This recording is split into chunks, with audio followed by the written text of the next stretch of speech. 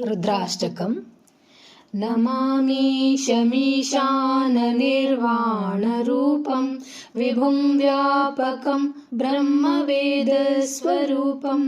निजं निर्गुणं निर्विकल्पं निरीहं चिदाकाशमाकाशवासं भजेऽहं निराकारमोङ्कारमूलं तुरीयं गिराज्ञानगोतीतमीशं गिरीशं करालं महाकालकालं कृपालुं गुणागारसंसारपारं नतोऽहम् तुषाराद्रिसङ्काशगौरं गभीरं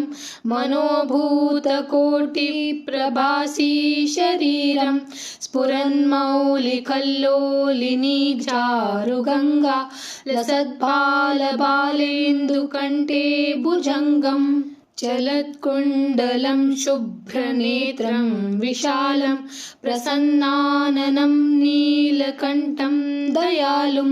भृगाधीशचर्माम्बरं मुण्डमालं प्रियं शङ्करं सर्वनाथं भजामि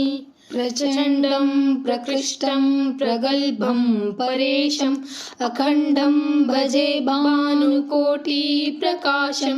त्रयीशूलनिर्मूलनं शूलपाणिं भजेऽहं भवानीपतिं भावगम्यम्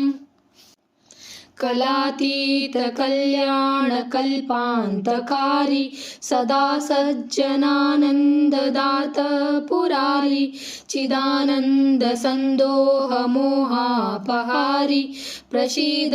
प्रसीद प्रभो मन्मथारी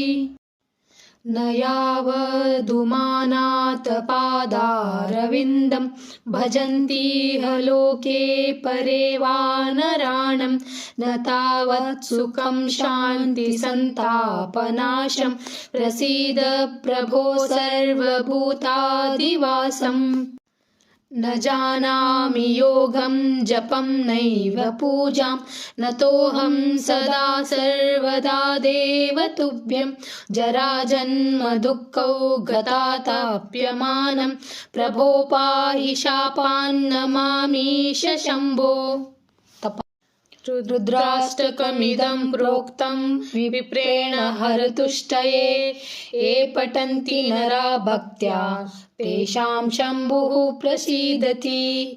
इति श्रीरामचरितमानसे उत्तरकाण्डे श्रीगोस्वामी तुलसीदासकृतं श्रीरुद्राष्टकं सम्पूर्णम्।